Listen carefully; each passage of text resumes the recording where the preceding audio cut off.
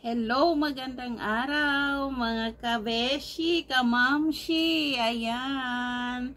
Good morning sa inyo, good afternoon or good evening kung nasaan man kayong banda ng mundo, ayan. Mamili na lang kayo guys.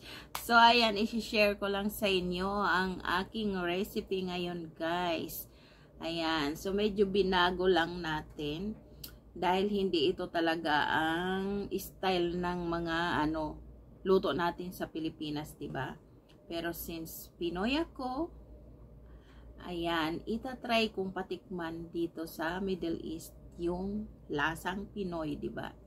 So ayan guys, i-share ko sa inyo ang aking ginawang lunch ngayon para sa aking amo at sa aking mga alaga, guys.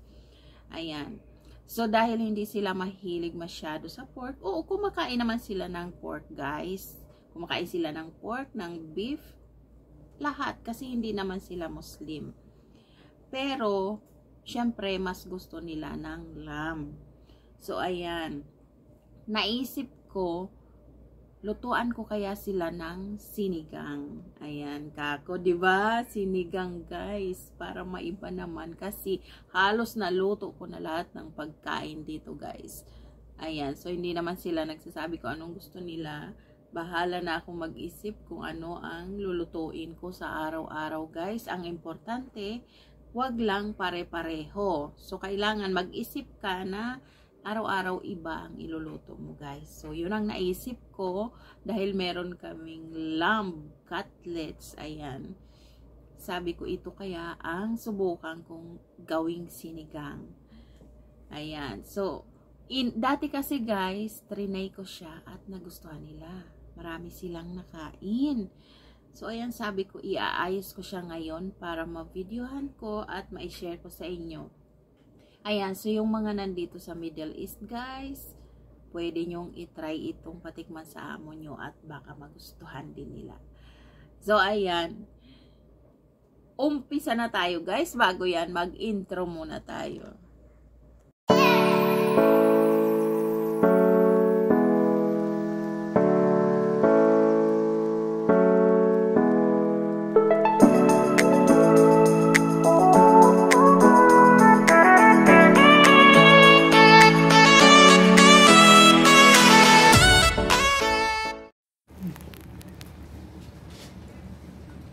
Hello guys!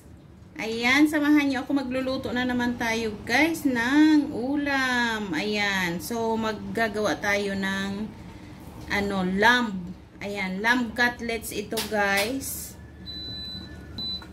Fresh na fresh siya. Bali 2 kilo ito guys kasi marami kaming paglulutuan at pagbibigyan.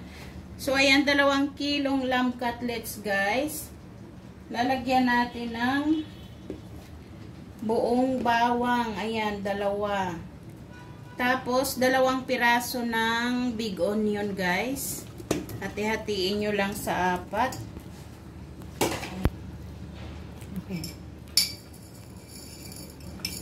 Tapos, lagyan natin, guys, ng buong paminta. Ayan, black pepper.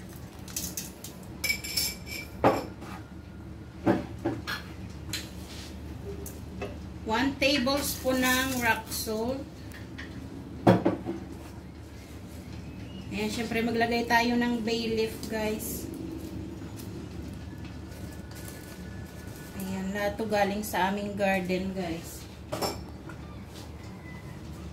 Ayan. Syempre, mayroon akong pinakuloang tubig.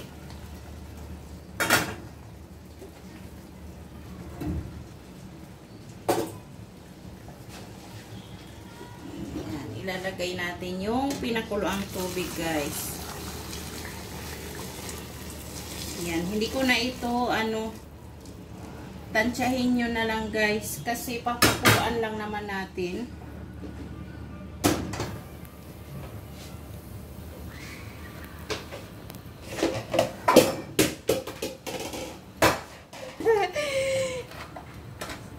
So ayan, hayaan muna natin siyang kumulo para matanggal yung unang pinagkuluan, guys, kasi marumi syempre yun at may mga ano ng dugo.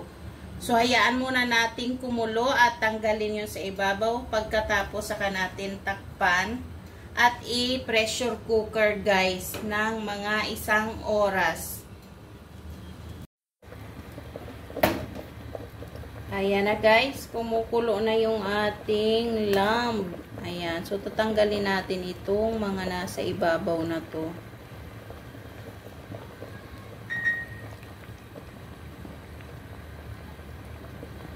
Yan yung unang pinagkuluan niya guys.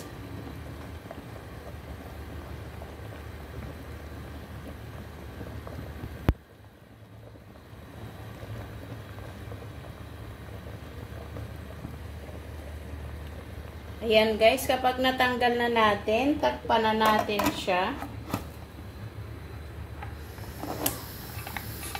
Ayan, i-pressure cooker natin. Ayan, dapat siguradong nakalock ito guys. Ayan, so hayaan natin siyang kumulo ng 1 oras.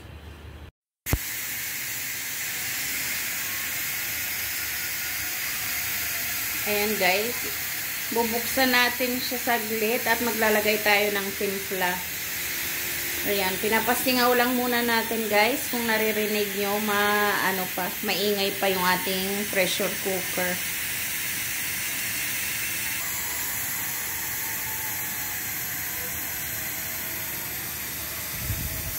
Ayan, kapag wala na siyang tunog guys, pwede na siyang i-open.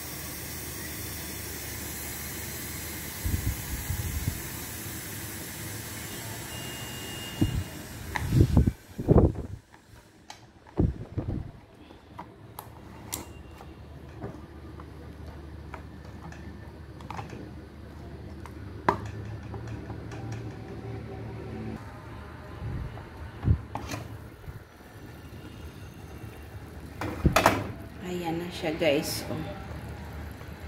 Ayan, i-check natin kung malambot na yung meat niya.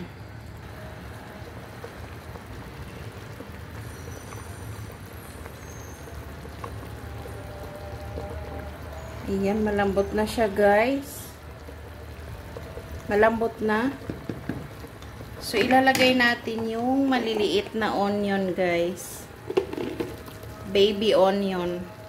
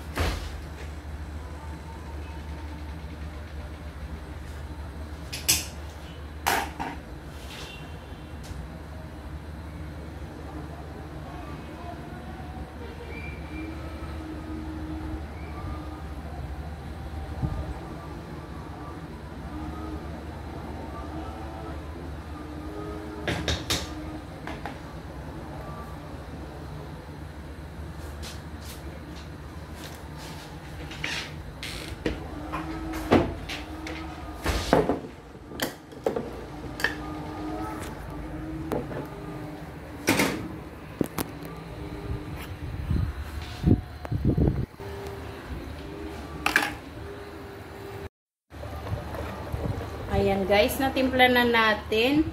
Takpan uli natin at pakuluan pa siya ng mga 10 minutes sa pressure cooker uli. Ayan, ilak natin uli siya.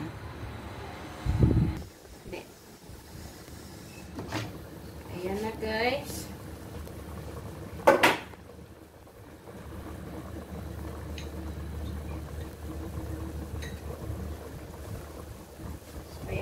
Sticky ang kanyang sabaw guys, maglalagay tayo ng corn flour.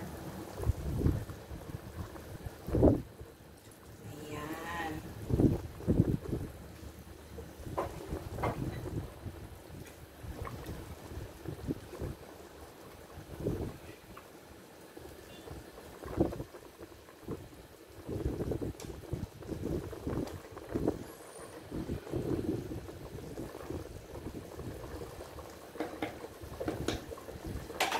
Siyempre, maglalagay tayo ng coriander, guys.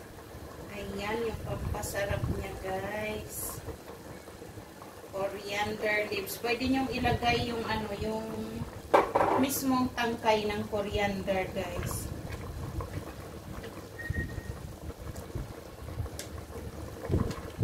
Ayan. So, ganyan lang kadali, guys. Ayan, pwede na tayong kumuha ng ulam. Ayan.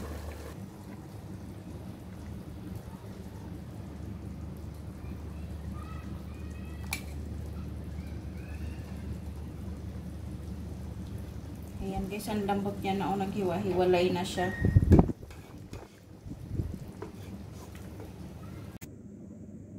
Ayan na siya guys, yung ating sinigang na lamb.